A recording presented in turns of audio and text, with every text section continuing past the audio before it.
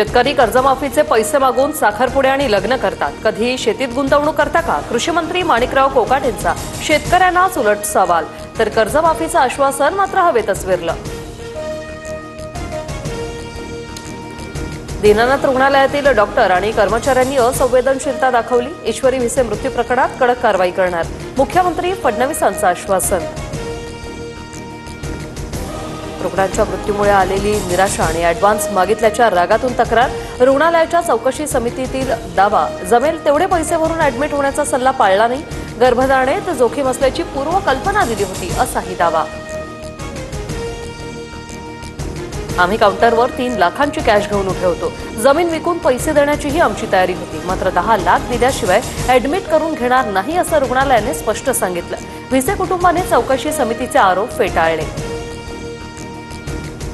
राज्यात वादळी वाऱ्यासह अवकाळी पावसाचा धुमाकूळ, बदलत्या वातावरणाचा शेती पिकांना मोठा फटका। आंबा, ज्वारी, गव्हासह भाजीपाल्याची नासधूस, तर भंडाऱ्यात वीज पडून दोघांचा मृत्यू झाल्याची घटना।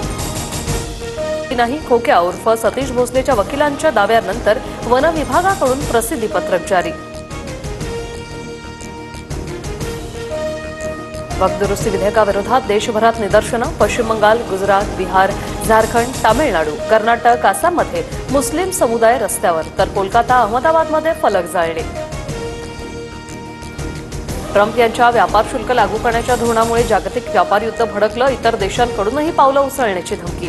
कॅनडाने अमेरिकी वाहनांवर 25% तर चीननं 34% आयात शुल्क लावलं। भारतीय बाजार जवळपास 1000 अंकांनी कोसळला, रिलायन्स इंडस्ट्रीजला पडझडीचा सर्वात जास्त फटका। रिलायन्स शेअर जवळपास 4% कोसळले, जगात आर्थिक उलथापालथीची चिन्ह।